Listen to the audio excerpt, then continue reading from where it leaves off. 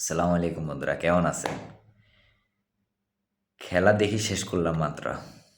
3:30 বেজে গেল। ব্রাজিল 3 ম্যাচটা ড্র হলো। হতাশায়, তবে একেবারে হতাশা না, যেহেতু ড্রটা হলো।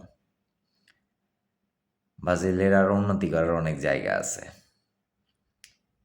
তিতে থাকাকালীন দলের অবস্থা খুবই ভালো ছিল।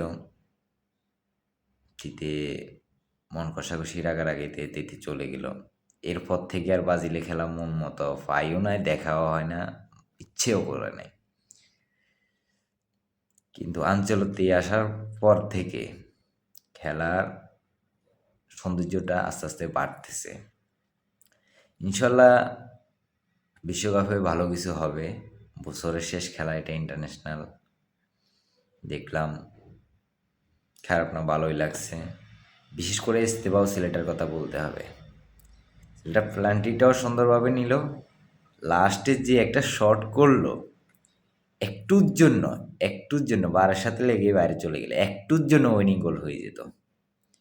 হয়ে গেলে মানে অসাধারণ ছিল বিষয়টা। আর নেইমারকে তো কি বলবো, খুবই মিস করতেছি। তার ড্রিবলিং স্কিল আমার এখনো চোখের উপর ভাসে। এমন একজন হতভাগা খেলোয়াড় সে। সে খেলতে চায়, কিন্তু খেলোয়াড়রা, বিপরীত দলের খেলোয়াড়রা তাকে খেলতে দেয় না। ইনজুরি তার সাথে লেগেই আছে। স্পেনেরও খেলা চলতেছে, দেখলাম 2-2। ঘুমে যাব।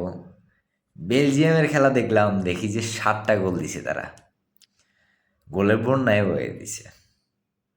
কালকে জার্মানিও 6টা গোল দিছে। ঠিক আছে, ভালো কিছু হবে। গুড নাইট, আল্লাহ হাফেজ। আর পেজটা ফলো দিবেন, ফলো দিয়ে পাশে থাকবেন।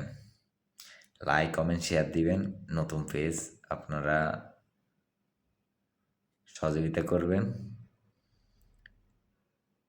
আল্লাহ হাফেজ, আসসালামু আলাইকুম।